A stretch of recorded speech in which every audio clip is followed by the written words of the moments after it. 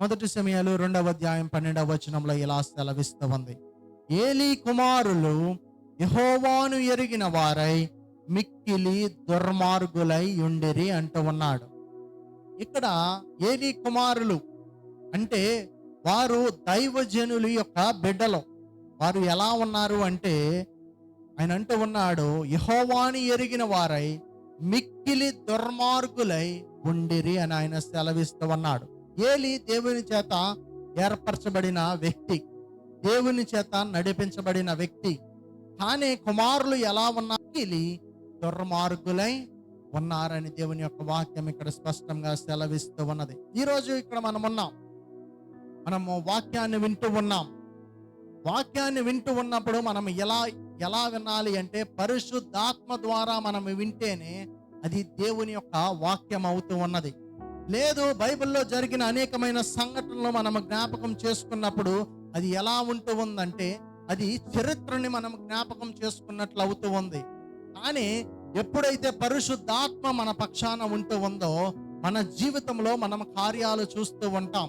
పరిశుద్ధాత్మ మనలో మాట్లాడితే మనకి ఎలా ఉండిద్దంటే ఆదరణకరమైన మాటలు మన జీవితంలో మనం చూస్తూ ఉంటాం. కానీ ఇక్కడ ఏలీ కుమారులు ఎలా ఉన్నారంటే వారు మిక్కిలి దుర్మార్గులై ఉన్నారని దేవుని యొక్క వాక్యం సెలవిస్తుంది. అదే మొదటి సమయాలు 4వ అధ్యాయము 3వ వచనాన్ని చూస్తే మొదట ఇక్కడ ఒక విషయాన్ని మీరు జ్ఞాపకం చేసుకోండి. ఏలీ కుమారులు దేవుని యొక్క పరిశుద్ధాత్మ వారి జీవితంలో లేదు. వారు దేవునిని ఎరిగి లేరు. కానీ వారికి ఏమి తెలుసు అంటే వారికి ఆచరణ, అసలు ఆ మతంలో ఎలా ఆచరించాలో ఆ విషయాలన్నీ వారికి ప్రాముఖ్యంగా తెలిసి ఉన్నది. ఫిలిస్తీన్ల మధ్య వారు ఓడిపోతూ ఉన్నప్పుడు వారికి తెలిసి ఉన్నది ఏమిటి అంటే వారి మందసాన్ని వారి తోడికి వెళ్ళినప్పుడు, వారి మందసము దగ్గరికి వెళ్ళి వారు అక్కడ ఉన్నప్పుడు వారికి తెలుసు అక్కడ విజయము దొరుకుతూ ఉన్నదని. ఇక్కడ ఏంటంటే వారి దేవుని యొక్క శక్తి అయితే వారిలో లేదులే, కానీ వారికి తెలుసు విజయాన్ని ఎలా పొందాలో ఒక నిబంధనని వారు పాటిస్తూ ఉన్నారు. అదే మొదటి యోహానులో అంటూ ఉన్నాడు, యోహాను 3:3లో అంటూ ఉన్నాడు, అందుకు యేసు ఒకనితో కొత్తగా జన్మించితే కానీ అతడు దేవుని యొక్క రాజ్యము చూడలేడని ఆయన నిశ్చయముగా చెబుతూ ఉన్నాడు. ఈరోజు ఒక విషయాన్ని మీరు ప్రాముఖ్యంగా జ్ఞాపకం చేసుకోండి. మనము యేసయ్యని నమ్మి ఉన్నాం, ఆయన్ని మనం ప్రేమించి ఉన్నాం, మనం బాప్తిసం తీసుకుని ఉన్నాం, మనము ఆచరించవలసిన ప్రతి ఒక్క పనిని కూడా మనం ఆచరిస్తూ ఉన్నాం.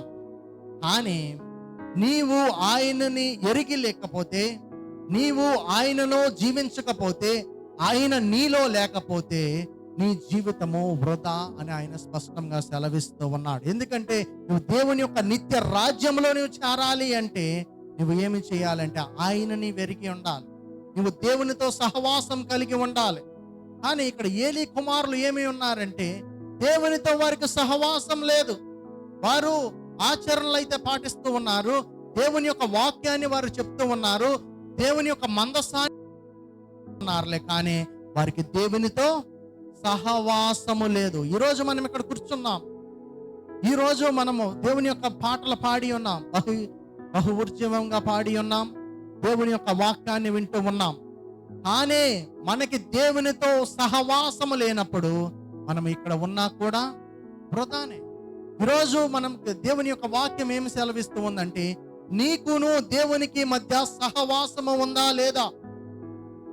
సహవాసము లేని ఎడల నీకు బైబిల్ నుండి ఆది కాండము నుండి నీకు ప్రకటన గ్రంథం వరకు నీకు తెలిసినా గానీ నీవు నిత్య నరకాగ్నిలోనే చేరునని దేవుని యొక్క వాక్యం సెలవిస్తూ ఉంది. అదే యోహాను 3లో అంటూ ఉన్నాడు, ఒక మనిషి దేవుని యొక్క నిత్య రాజ్యంలోకి చేరాలి అంటే ఏమి చేయాలంటే నూతనముగా జన్మించాలి, యేసుక్రీస్తుని తన సొంత రక్షకునిగా అంగీకరిస్తేనే గాని దేవుని యొక్క నిత్య రాజ్యంలోకి చేరలేరని సెలవిస్తుంది. ఈరోజు నేను చెప్తూ ఉన్న విషయం ఏమిటి అంటే నీకు దేవునికి మధ్య సహవాసము ఉందా లేదా?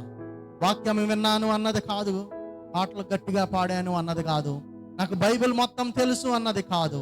ఈరోజు దైవ సేవకుడు అయిన నేనైనప్పటికీ, విశ్వాసులైన మీనైనప్పటికీ కూడా దేవునిని ఎరగకుండా, పరిశుద్ధాత్మ మీలో లేకుండా, దేవుని యొక్క ఆత్మ మీలో లేకుండా నీకు నాకు సమస్తము తెలుసు అనుకుంటే కూడా అదంతా వృధా అని దేవుని యొక్క వాక్యం సెలవిస్తూ ఉంది. దేవునికి స్తోత్రం. హల్లెలూయా, హల్లెలూయా. దయచేసి అదే మొదటి సమూయేలు 4వ అధ్యాయంలోనే 5వ వచనం చూడండి.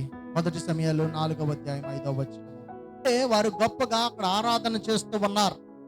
ఈ యొక్క మాట బైబిల్లో మీరు ఈ యొక్క మాటను జ్ఞాపకం చేసుకుంటే, భూమి ప్రతిధ్వనించును, భూమి వణికెను అన్న మొదటి మాట మొదటి సమూయేలు 4:5వ అధ్యాయంలో రాయబడి ఉన్నది. ఎందుకు అంటే వారు గట్టిగా కేకలు వేస్తూ ఉన్నారు, వారు దేవునికి గట్టిగా మొరబెడుతూ ఉన్నారు. కానీ వారి దగ్గర ఏమి లేదు, పరిశుద్ధాత్మ లేదు, వారిలో దేవుడు లేడు. వారు ఎలా పాడుతూ ఉన్నారంటే, లోకానుసరమైన పాటలు ఎలా పాడతామో గొప్పగా కేకలు వేసి పాడారు, భూమి ప్రతిధ్వనించింది.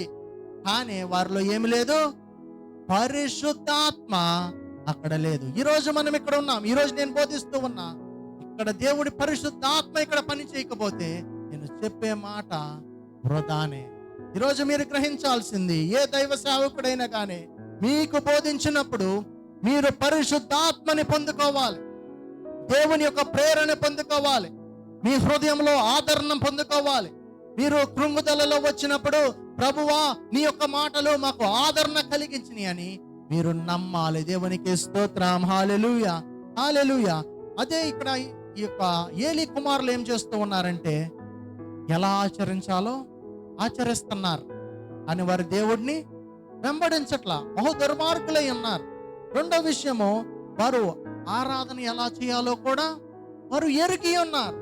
కానీ పరిశుద్ధాత్మ వాళ్ళ ఆరాధనలో లేడు. అలాగే వారికి దేవుని యొక్క బైబిల్లో ప్రతి ఒక్క పొల్లు కూడా వారికి తెలిసి ఉన్నది.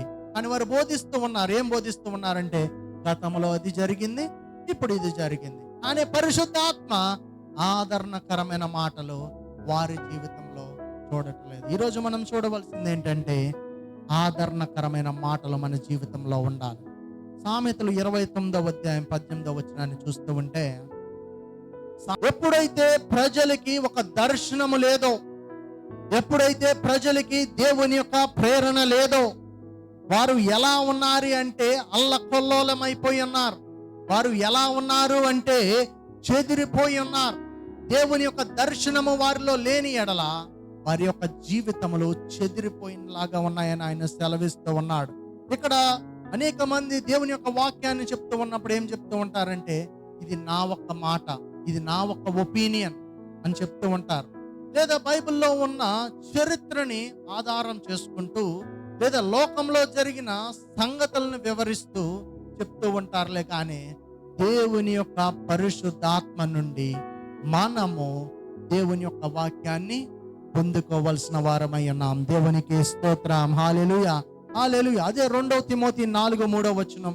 2 అంటే, ఎందుకనగా జనులు హితబోధను నశింపక దురద చెవులు గలవారై తమ స్వకీయ దురాశలను అనుకూలమైన బోధను తమ కొరకు పోగు చేసుకుని అంటూ ఉన్నాడు. అంటే ఇక్కడ ఏలీ కుమారులు జ్ఞాపకం చేసుకోండి, వారు ఎలాంటి బోధ చేస్తూ ఉన్నారంటే, జనాలకి ఏమి నచ్చిందో ఆ బోధనే చేస్తూ ఉన్నారు. కఠినమైన మాటలు చెప్పట్లా, దేవుని యొక్క నిత్య రాజ్యం గురించి చెప్పట్లా, వ్యభిచారము, జారత్వము, పాపము అనేవి వారు మాట్లాడట్లా. వారు ఏమి మాట్లాడుతూ ఉన్నారంటే, జనాలకి ఆదరణకరమైనవి, జనాలకి నచ్చే ఒక మాటలు మాట్లాడుతూ ఉన్నారు. ఇక్కడ దేవుని యొక్క వాక్యంలో అంటూ ఉన్నాడు, హితబోధ కాదు, దురద చెవులు గలవారై స్వకీయ దురాశ అనుకూలమైన బోధ తమ కొరకు పోగు చేసుకుని అంటూ ఉన్నాడు. అంటే ఇప్పుడు నేను అనుకూలమైన బోధ ఈరోజు నేను చేస్తూ ఉంటే కొంతమంది అంటారు, కొంతమందికి నచ్చకపోవచ్చు. ఎందుకంటే పరిశుద్ధాత్మ ఎప్పుడు మాట్లాడినా కానీ సూటిగా మాట్లాడుతూ ఉండిద్ది. పరిశుద్ధాత్మ నీ హృదయంలో గాయం ఉన్నప్పుడు ఆ గాయాన్ని కట్టాలని చూసిద్ది. నువ్వు పాపం చేస్తే పరిశుద్ధాత్మ అది పాపము, పాపమే అంటూ ఉంటుంది. అనే పరిశుద్ధాత్మ పాపము సరైనది అని మాత్రము అనదు.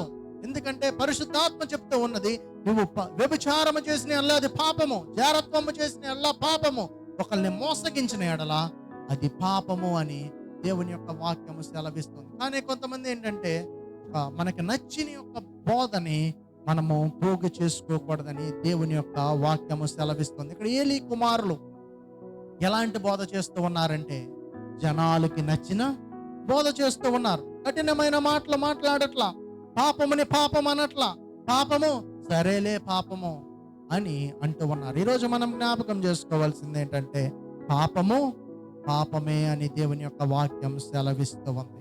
కానీ ఇక్కడ యెరెమీయా 2:13 అంటూ ఉన్నాడు, 2 రకాలైన జనములు ఉంటూ ఉన్నారు. యెరెమీయా 2:13 అంటూ ఉన్నాడు, 2 రకాలైన జనములు ఉంటూ ఉన్నారు. అయ్యా, ఇక్కడ నేను జీవ జలములు నేను మీకు ఇస్తూ ఉన్నానంటే జనాలు అంటూ ఉన్నారు, మాకు జీవ జలములు వద్దు నాయనా, మేము ఇంకో చోటకి వెళ్ళి ఊటని తోవుకుంటామని వారు అక్కడ సెలవిస్తూ ఉన్నారు. ఈరోజు దేవుని యొక్క వాక్యం సెలవిస్తూ ఉంది ఏంటంటే నీ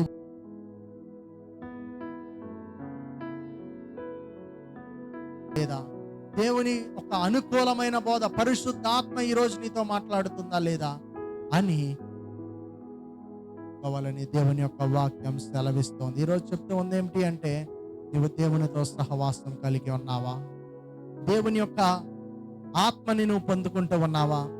దేవుని యొక్క మాటలు నీకు ఆదరణకరమైన మాటలుగా ఉన్నాయా లేవా అని నిన్ను నువ్వు పరీక్షించుకోవాలని దేవుని యొక్క వాక్యము సెలవిస్తోంది. అలాగే ప్రకటన గ్రంథంలో చివరిగా ఒక వచనం అక్కడ సెలవిస్తూ ఉంటుంది. దేవుని యొక్క విశ్వాసము మనల్ని ఏం చేస్తూ ఉందంటే స్వతంత్రులుగా చేస్తూ ఉంది. ఎప్పుడైనా కానీ దేవుడు మనల్ని ఎలా ఉంచుతూ ఉన్నాడంటే స్వతంత్రులుగా ఉంచుతూ ఉన్నాడులే కానీ ఆయన ఒక బంధకాల్లో కానీ ఈ యొక్క భారాన్ని మోయి కానీ ఆయన ఏ రోజు చెప్పలేదని ప్రకటన గ్రంథం చివరిలో మనకు సెలవిస్తుంది. ఈరోజు నువ్వు జ్ఞాపకం చేసుకోవాల్సింది ఏంటంటే దేవుడు నిన్ను స్వతంత్రంగా చేసి ఉన్నాడు. దేవునితో నువ్వు సహవాసం కలిగి ఉంటావా లేదా అని ఆయన నిన్ను ప్రశ్నిస్తూ ఉన్నాడు. ఈరోజు మనల్ని మనం పరీక్షించుకుందాం, దేవునితో మనకి నిజమైన సహవాసము ఉందా లేదా అని. దయచేసి